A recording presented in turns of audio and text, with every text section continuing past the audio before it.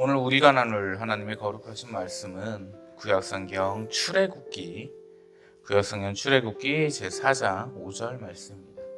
오늘 우리가 나눌 하나님의 거룩하신 말씀은 구약성경 출애굽기 제4장 5절 말씀입니다. 구약성경 86면에 위치해 있습니다. 구약성경 출애굽기 제4장 5절 말씀을 제가 봉독해 올리도록 합니다. 이는 그들에게 그들의 조상의 하나님 곧 아브라함의 하나님, 이삭의 하나님, 야곱의 하나님 여호와가 내게 나타난 줄을 믿게 하려 함이라 하시고. 아멘. 네, 이제 추워지는 날씨 속에서 점점 겨울이 성큼 다가온 것 같습니다. 그런데 예전하고 좀 비교해 보면 많이 따뜻해진 것 같아요. 지구 온난화가 정말 왔구나, 이런 생각이 좀 들 정도로 11월인데 아직 반팔을 입으신 분들도 계시고 참 많이 날씨가 급변한다는 생각을 많이 합니다. 여러모로 안팎으로도 시끄럽고 서로가 대치되는 이 세태의 상황 속에서 우리의 믿음을 굳게 지키고 말씀 위에 온전히 서기를 간절히 바람하지 않습니다. 오늘 우리가 나눌 말씀의 주제 그리고 인물은 바로 우리가 익히 알고 있는 민족의 지도자 그리고 이스라엘의 영웅이셨던 모세 선지자님의 이야기입니다. 모세 선지자님에 대해서 우리는 어릴 때부터 상당히 많은 이야기를 듣고 자랐습니다. 모세 오경이라 하면 창출 내리신 이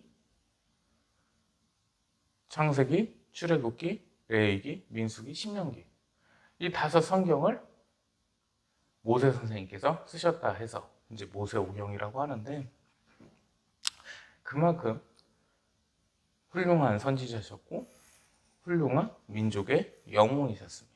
그런데 이 모세 선지자님이 민족의 영웅이 되기까지 위대한 지도자가 되기까지 어떠한 과정이 있었는지를 오늘 한번 말씀 속에서 살펴보려고 합니다. 아므람이라는 남자와 그리고 요게벳이라는 여자가 가정을 꾸려서 부부의 연을 맺어 히브리 족속 가운데서 살고 있었습니다. 이때는 어떤 때였습니까? 이스라엘 백성들이 애굽, 이집트의 종이 되었던 식민지의 시대였습니다. 그런데 이 시대에 파라오 왕이 이집트의 왕이 명령을 하나를 내립니다. 히브리인 중에 태어나는 아이는 모두 죽여버려라. 이 엄명을 내리게 됩니다. 그것을 어겼을 때는 온 가족이 말살을 당하게 되죠. 그렇다면 이 명령을 어길 수가 없었습니다. 나일 강가에서는 하루하루 숨죽인 히브리인들의 이 이스라엘인들의 울음소리로 가득 찼습니다. 태어난 아이를 젖도 한번 먹여보질 못하고 강가에 떠내려가게 해야 되는 애달픈 현실 속에서 눈물만이 가득했던 것이죠. 마음껏 슬퍼할 수도 없었습니다. 마음껏 애통할 수도 없었습니다. 그 가슴 아픈 상황 속에서 이 아므람 부부는 깊은 시름에 빠졌습니다. 아론이라는 사내 아이와 미리암이라는 딸이 있었는데 하나님께서 강복을 하셔서 아이가 태어나게 됩니다. 그런데 이 아이는 이름을 지어줄 수도 없는 시간 속에서 나일강에 떠나보내야 했죠. 이 나일강에 아이를 떠나버리면 그 당시에 악어의 먹이가 되거나 갈대숲의 동물들의 짐승들의 먹이가 되거나 강에 빠져 죽는 운명에 사로잡힐 수밖에 없었습니다. 살아남은 아이가 단 한 명도 없었기 때문이죠. 이 요게벳은 눈물을 흘립니다. 이 귀한 아이를 어떻게 보내나. 그러자 야므람은 부인을 달랩니다. 하나님의 일을 하기 위해 태어난 아이라면 하나님께서 분명 지키실 터이니 너무 신음하지 맙시다. 분명 하나님께서 지키실 겁니다. 그러나 말은 이렇게 해도 내 자식을 강가에 떠나보냈어야 돼요. 참으로 슬픈 속에서 이 딸아이 미리암은 같이 눈물을 흘립니다. 제 동생 불쌍해서 어떡합니까? 이 당시에 미리암은 한 13살 정도가 되는 소녀였고 아론은 3살 남짓했습니다. 13살, 14살 이 소녀의 가슴 속에도 식민지라는 아픔이 도사리고 있었죠. 이 어머니 요게벳은 이 아이를 갈대 상자에 넣었습니다. 그리고 역청이라고 하는 것을 겉에 발라서 방수가 되게끔 한 것이죠.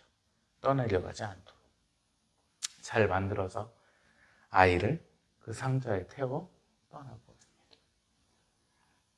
가슴은 무너지고 하늘도 무너지고 땅이 꺼집니다.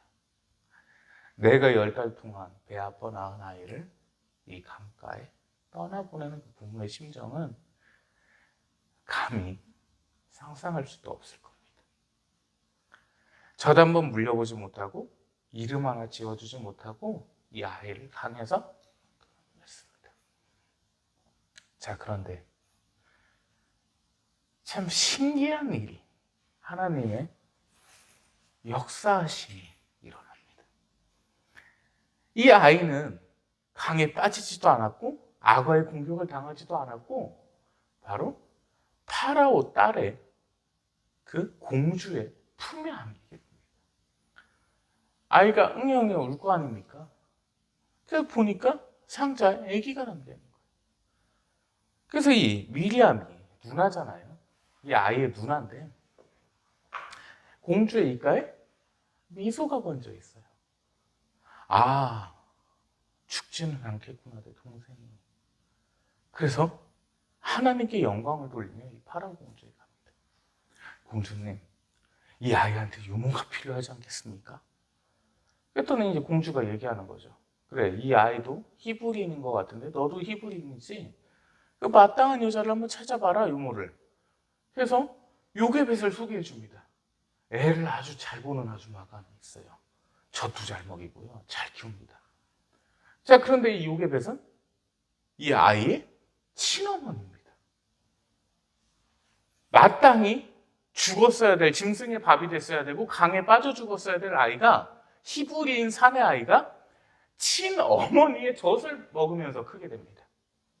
그리고 이 아이의 이름은 강에서 건지다라는 뜻을 지닌 모세입니다. 자, 이 모세 선지자는 파라오 왕의 자식의 신분으로서 크게 됩니다. 왕자라는 칭호를 가지고 크게 되죠. 무럭무럭 자라 외모도 훤칠하고 정말 멋진 청년으로 자라게 됐습니다. 자신의 출생의 비밀을 알 수는 없었던 나이였죠. 그러다가 자신의 형이 황태자로서 임명을 받고 자신은 왕자로서 아주 넉넉하고 행복하고 기쁜 삶을 누리고 있었습니다. 그러던 어느 날 애석하게도 다음 편의 계속이라는 자막이 뜨는 상황이 벌어집니다. 자신의 출생의 비밀을 알게 됐습니다. 자신은 히브리인의 자식이고 이 파라오 왕의 애굽 왕의 친자가 아니라는 것을 알게 되죠. 자, 그런데 그 얘기를 들어서 그런지는 몰라도 신기하게도 이 이스라엘인들이 핍박을 당하고 맞고 죽어나가는 게 너무 가슴이 찢어지는 겁니다. 어떻게 인간으로서 저딴 짓을 할 수가 있나. 이 이집트인들을 보면서 아주 미치겠는 거예요. 그 상황 속에서 하루는 공사장애를 갔습니다. 건축 현장을 갔는데 아시다시피 이 애굽은 신전도 많고 다신교의 국가였기 때문에 이신저신을 다 섬깁니다. 그래서 하루는 그 신전을 짓는 공사 현장을 갔는데 한 이스라엘인에게 이집트의 군인, 관리 감독자겠죠. 이 십부장이 채찍을 내리친 거예요. 이스라엘인이 죽어나갑니다. 살려달라고. 이 모세 선지자께서 가십니다. 사람을 이렇게까지 하는 건 아니지 않는가? 왕자님 오셨습니까? 그 십부장이 얘기를 해요. 이렇게 하지 않으면 공사 현장에 돌아가지 않습니다. 잘 모르셔서 그래요. 얘네들은 두들려 패야지 돌아갑니다. 그래도 이거는 아니네. 하지 마시게. 그래서 이제 왕자의 눈치를 볼 수밖에 없죠. 채찍질을 웬만하면 자제하려고 합니다. 자, 그런데 이 중에서도 참 신기하죠. 꼭 말을 안 듣는 인물이 하나씩은 등장을 해요. 바로 다른 십부장이었습니다. 그는 변함없이 채찍질을 하니 모세 선지자가 얘기를 합니다. 얘기 못 들었는가? 내가 채찍질 하지 말라고 했잖아. 그러자 이 십부장이 대답을 합니다. 그 왕자님이 뭘 하신다고 그렇습니까? 이거 신전 기한 내에 못 지으면 같이 책임지셔야 돼요. 그러자 모세 선지자가 그래, 나도 같이 책임지겠네. 이러자 조그만 목소리로 중얼거립니다. 십부장. 히브리 출신 왕자가 무슨 왕 친자도 아니면서 힘이 있다고 이 얘기를 합니다. 이 모세 선지자는 이 얘기에 심한 모멸감과 모욕감을 느꼈습니다. 아, 이들이 이렇게 나를 무시하고 있었구나. 참으로 우라가 치밉니다. 그래서 저녁이 됐고 그 십부장이 어디론가 갈 때 뒤를 따라갔습니다. 뒤를 따라가서 먼저 그의 뒷덜미를 제압을 합니다. 그가 채찍을 갖고 공격하려 하자 그 채찍을 붙잡고 그를 모세 선지자께서 죽여버리셨습니다. 그리고 모래 가운데다가 묻어버렸어요. 그 누군가가 얘기를 하던데 꼭 범인은 사건 현장을 다시 찾는다고 합니다. 이 모세 선지자가 다음날 그 모래사장을 나가보셨습니다. 티 하나가 안 납니다. 사람 하나 모래 속에다 묻었다고 그 밖으로 뭐가 헤어나오는 것도 없었고, 이게 왜 그러냐면 모래가 수분기가 없기 때문에 사람은 썩지를 않습니다. 시체가. 그래서 미라도 그 원리로다가 만드는 것이었거든요. 이집트 자체가 습도가 워낙에 땅이 없기 때문에 미라가 형성될 수 있었던 겁니다. 자, 어쨌든 아무도 모르겠구나 싶어서 있는데 같은 히브리 사람끼리 싸우고 있습니다. 공사 현장에서 죽일 듯이. 근데 이 사실을 보면서 너무 안타까운 거예요. 어떻게 같이 식민지된 그 종된 상황에서 동질감을 갖고 동족 애를 갖고 민족 애를 갖고서 협력을 해야지 싸우고 있는가. 그래서 이제 가서 먼저 잘못한 것 같은 사람에게 이 모세 선지자님이 물어봅니다. 들어보니까 당신이 좀 더 이렇게 한 것 같은데 같이 화해하는 게 좋을 것 같습니다. 그러자 이 사람이 얘기합니다. 당신이 뭔데 참견이요? 왕자인데. 참 얼마나 어이가 없어요. 이건 화가 나는 게 아니라 어이가 없는 거예요. 근데 참 모세 선지자님은 인품이 훌륭하신 분이셨습니다. 저 같으면 니들이 그러니까 종살이 하고 있지. 이 말이 먼저 나올 것 같은데. 그러니 모세 선지자님이 다시 달래시니까 이자가 이 얘기를 합니다. 왜요? 나도 그 십부장 같이 죽이시게? 이 얘기를 합니다. 내가 그 십부장을 죽인 게 탈로 났구나. 완전 범죄는 없거든요. 근데 이 파라오가 바로 왕이 이 사실을 알았습니다. 근데 바로 왕에게 모세 왕은 어떤 존재였냐면 언젠가는 내 자리를 꿰찰 놈이다라는 생각이 깊이 들었었습니다. 자, 생각해 보세요. 선왕의 친자가 아니었고 히브리인이에요. 그러면 이 히브리 족속, 이스라엘 족속은 지금 어떤 상황입니까? 애굽에 종살이를 하고 있습니다. 분명히 반발감이 생길 거라는 거죠. 아, 이 모세가 언젠가는 나를 칠 거다. 근데 명분이 생긴 거예요. 계제가 생겼다 이 말입니다. 그래서 바로가 모세 선지자를 이제 죽이려고 찼습니다. 성경에 기록되어 있는 모세가 그 바로의 낯을 피하였더라. 이렇게 원문적으로 해석이 되거든요. 그 얼굴을 피해서 광야로 도망쳐. 운 좋게도 우물가에서 한 여인을 만났는데 하나님을 경배하며 하나님께 예배하는 대제사장의 딸을 만났습니다. 운명적 사랑에 빠져 결혼을 했고 아이도 낳았습니다.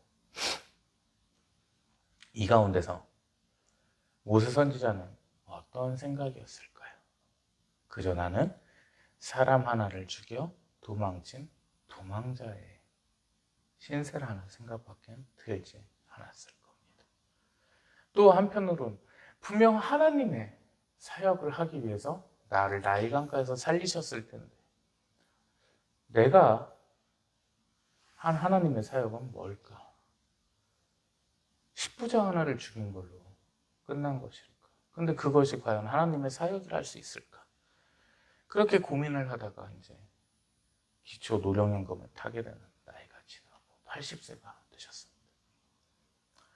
이제 머리도 하얗고 몸도 쇠약해지셨습니다. 그런데 동굴 가운데로 발걸음이 인도됩니다. 하루는. 그러자 누군가가 말씀하십니다. 내가 너를 택하였노라. 누군지를 모르겠습니다. 그저 무릎을 꿇고 아도나이라 외칩니다. 주님이라고. 하나님께서 말씀하십니다. 신발을 벗고 그곳은 거룩한 곳이니 내 앞에 예배하라. 모세 선지자가 물어봅니다. 누구십니까 주님? 그러자 아브라함의 하나님, 이삭의 하나님, 너희 조상의 하나님 여호와니라. 그 말씀을 하시면서 모세에게 명령을 하시죠. 너는 이제 이스라엘 백성들을 이끌고 애굽 땅을 나와라. 출애굽을 하라. 이 말씀하십니다. 모세 선지자의 입장에서는요. 이제 연로했고 쇠약해졌습니다. 주님, 더 이상 종은 말도 제대로 할 수가 없고 제대로 들을 수도 없습니다. 저는 도망자의 신세로 40년을 지냈습니다. 제가 어떻게 이 백성들을 이끌고 나옵니까? 말도 안 됩니다. 누가 너를 말하게 하였고 누가 너를 듣게 하였느냐? 누가 너를 만들었느냐? 하나님께서 말씀하십니다. 내가 너를 도와주면 네가 못할 것이 무엇이겠느냐? 그 말씀 가운데 모세는 순종합니다. 모세 선지자는 순종 가운데 이 이집트의 왕 형을 만나러 갑니다. 자, 그런데 이 바로가 모세 선지자를 죽이려고 했습니다. 그죠? 이때 모세 선지자는 40세였고 도망칠 때 당시에 이 바로 왕은 31~32살 정도 됐었어요. 자, 그러면 이제 70이 넘었을 거란 말이죠. 이 바로 왕이. 그때 당시에 40년 전에 죽이려고 했으나 이 당시에 다시 찾아왔을 때 죽이려고 했다는 기록이 없거든요. 낯을 피하였더라. 이 기록이 없어요. 그 이유가 뭐였냐면 이제 모세 선지자님은 왕위에서 완전히 동떨어져간 거거든요. 그러니까 지금 바로 왕의 자식들도 이제 생겼고 모세 선지자가 바로 왕의 자리를 노릴 상황이 아닌 거예요. 40년간을 떠났기 때문에. 자, 그렇기 때문에 어떤 보복을 당할 그럴 걱정이 첨예해졌어요. 유력한 대선 후보였다가 정치계를 떠나 재야 인사가 된 다음에 40년이 지나서 다시 돌아온다고 생각해 보십시오. 그 자를 라이벌로 생각할까요? 아니, 어르신 편히 쉬십시오. 이렇게 되겠죠. 자, 그래서 바로왕은 반갑게 맞이합니다. 아유, 어떻게 지냈는가.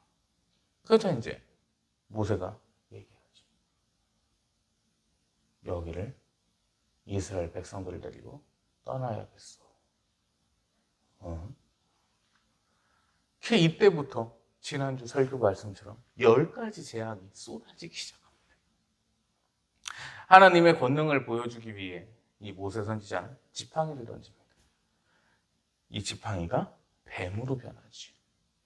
그러자 겁을 먹는 것이 아니라 이 애국놈들은 조롱을 하며 지들도 지팡이를 던져요. 똑같이 뱀이 되네요. 자, 그러자 이 뱀이 그들이 만든 그 뱀을 다 잡아먹어버려요. 하나님의 권능을 보여주거든요. 이 미물조차도 하나님께서 창조하시면, 자, 그 가운데서 나일강이 피가 돼버리고, 또 뭐가 있었습니까? 파객배의 재앙이 일어나고, 메뚜기의 재앙, 개구리의 재앙, 여러 가지 재앙들이 일어납니다. 호박도 떨어지고 각다기도 떨어지고. 그런데도 이 바로는 깨닫지를 못합니다. 뭐를 밟고 나간다는 거야. 그런데 초태생의 재앙이 임하였습니다.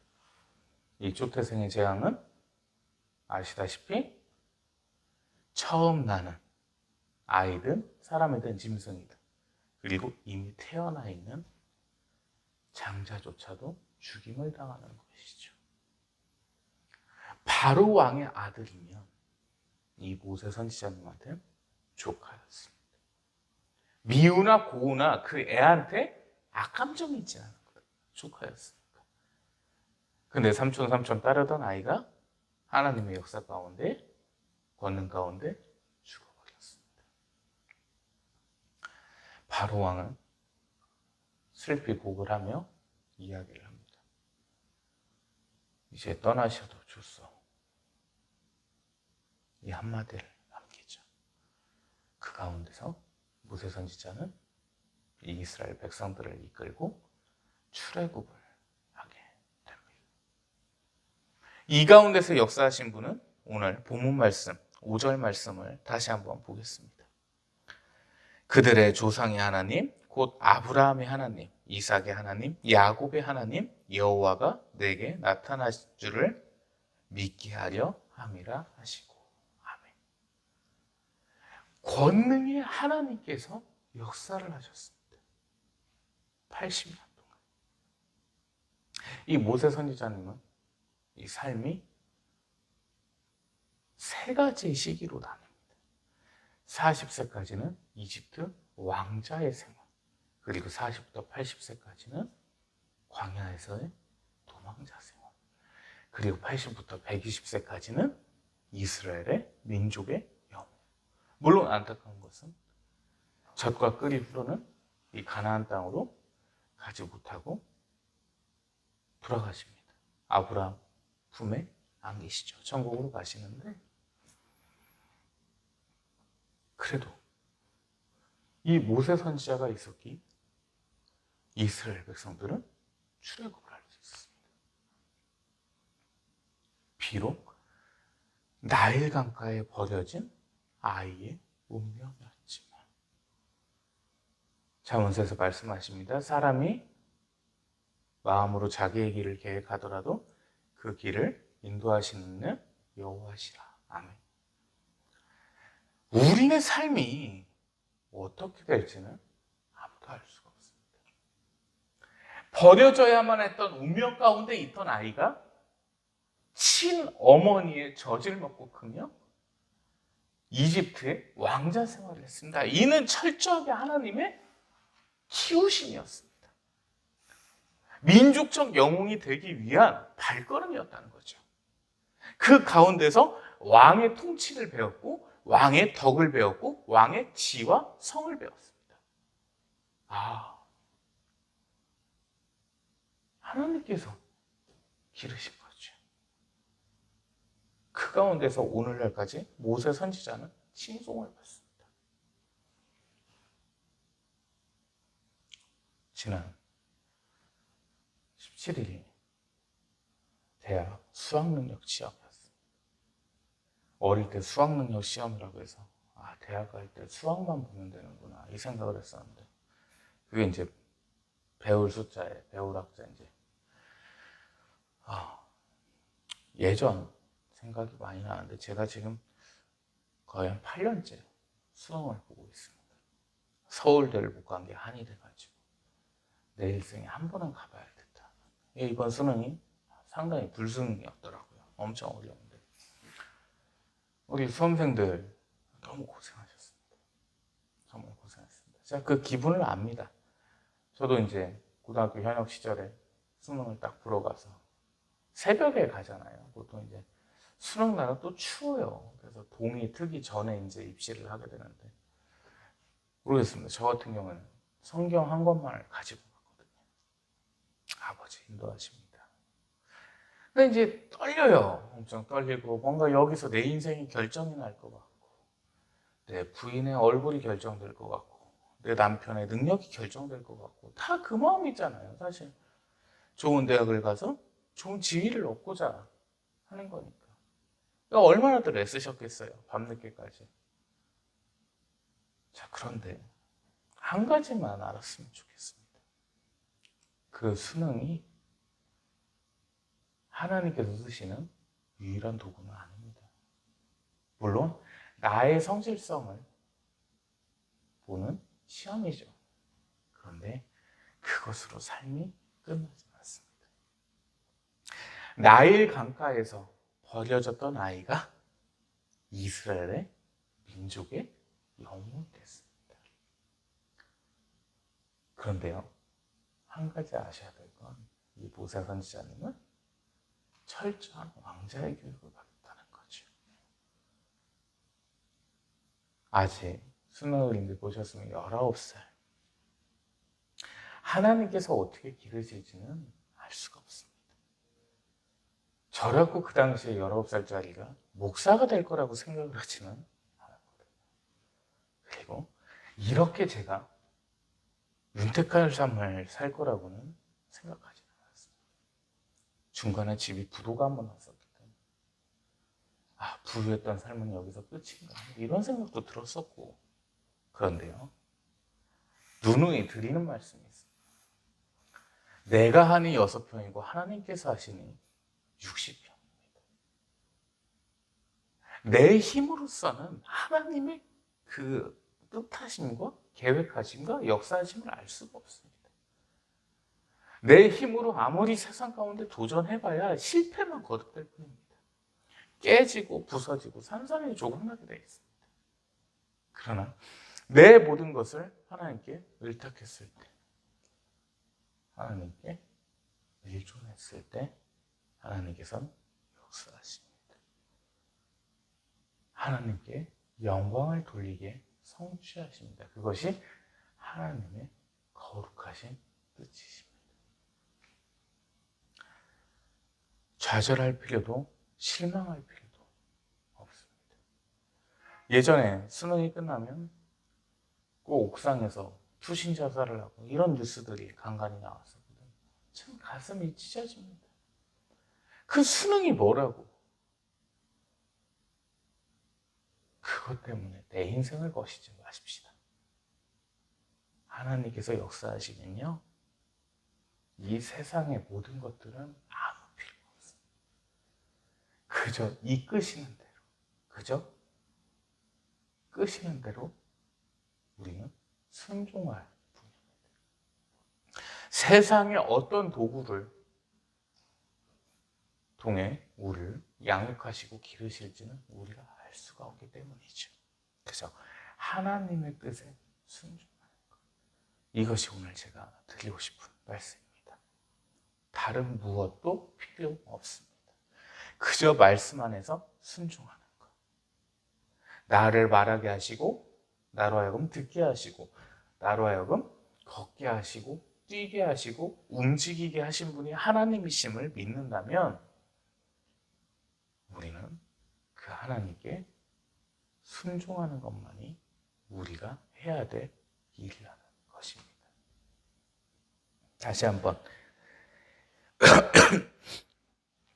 히브리 족속 가운데 이 요게벳의 자식으로 태어나서 죽어야 될 운명을 가진 애통한 사내아이였으나 생각지도 않게 애굽의 공주의 품에 안겼고 친어머니의 젖을 먹으며 자라게 된 이집트 왕자의 교육을 받게 되었고 뜻하지 않는 사건들로 광야 생활을 하다 뜻하지 않은 상황으로 이스라엘의 민족적 영웅이 된 우리 모세 선지자를 기억합시다. 그래서 언제 어디에 있든 무엇을 하든 하나님만을 바라고 하나님께 순종하기를 바랍니다. 끝으로 이 모세 선지자가 하나님의 명령을 받았습니다. 80세의 명령을 받고 이 애굽 땅을 향해 걷습니다. 이 애굽 땅을 눈앞에 남겨놓고 이제 길 하나만 있습니다. 이 길 하나만 건너면 애굽 땅이에요. 여기는 히브리 땅입니다. 이스라엘 땅입니다. 어떤 장면이 생각납니까? 나오미와 룻이 생각나지 않으십니까? 여기를 건너면 하나님의 뜻이고 여기를 건너지 않으면 내 생각과 내 뜻입니다. 바울 사도의 언덕도 생각납니다. 의지하며 걷게 되면 그것은 예수 그리스도, 우리 하나님의 명령을 따르는 것이고 다른 곳으로 향한다면 내 뜻이 됩니다. 세상살이는 늘 그곳에 서 있게 됩니다. 어디로 가시겠습니까? 왜 전도사님 어디로 가시겠습니까? 늘 그 기점에서 고민하는 것이 우리의 삶입니다. 분명 하나님의 뜻임을 알매도 불구하고 인간적인 생각으로 그 기점에 머물러 있습니다.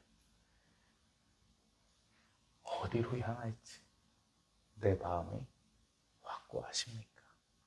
아니면 아직도 망설여지십니까? 오늘 이 출애굽 말씀을 통해 우리의 마음 확고해지길 원합니다. 우리의 마음 확고히 힘들고 어렵고 지칠 걸 알지만 그 하나님의 말씀을 순종하며 그 길로 향하기 원합니다. 별 생각이 다 드셨을 거예요. 가면은 야가 나를 죽일 수도 있을 것 같고 모욕을 당할 수도 있을 것 같고 핍박을 당할 수도 있을 것 같고 또 아내와 자식들을 장막에 두고 이 모세 선지자께서 나오셨거든요. 내가 죽으면 그럼에도 불구하고 순종은 찬란히 빛났습니다. 우리 함께 이 하나님의 길로 향하기를 같이 원합니다. 함께 기도합니다. 하나님 감사합니다. 늘 망설이는 기점 가운데서 하나님께서 말씀하신 길로 순종하며 따라가며 가게 하옵시고 저희의 마음이 언제나 하나님을 향하게 하옵시고 하나님께 순종하는 그 영광된 모습들이 저희의 육신으로 하나님께 영광 돌리는 그 마지막 날까지 늘 행하게 하시어 주시옵소서. 이 땅 가운데서 마음껏 하나님께 영광 돌리며 하나님을 찬양하며 하나님께 순종하는 그 찬란한 믿음 가운데 살게 하시어 주시옵소서. 특별히 우리 수험생들 대학 수학능력시험을 치르며 고생했사온데 자신들이 노력한 것보다 더 좋은 결과를 얻게 하옵시고 그 가운데 실망하지 않게 하옵시고 희망을 품게 하옵시고 하나님께 영광 돌리는 모든 수험생들 될 수 있도록 주님 이끄시어 주시옵소서. 은혜와 사랑의 영광을 돌려오며 구주 예수 그리스도의 이름으로 기도 올리옵나이다. 아멘. 이제는 살아계신 우리의 구세주 예수 그리스도 성자 하나님의 크시고도 크신 은혜와 아버지 하나님의 놀랍고도 지존하신 영광된 사랑하심과 성령 하나님의 대주교통 감화감동 인도 역사 충만케 위로하시며 이끄시며 도우시며 승리하게 하시며 이 시간 하나님께 순종하기 원하는 하나님의 거룩한 백성들 머리 위에 하나님의 거룩하신 택하심을 받은 백성들 머리 위에 이제로부터 영원토록 항상 함께 계실지어다. 아멘.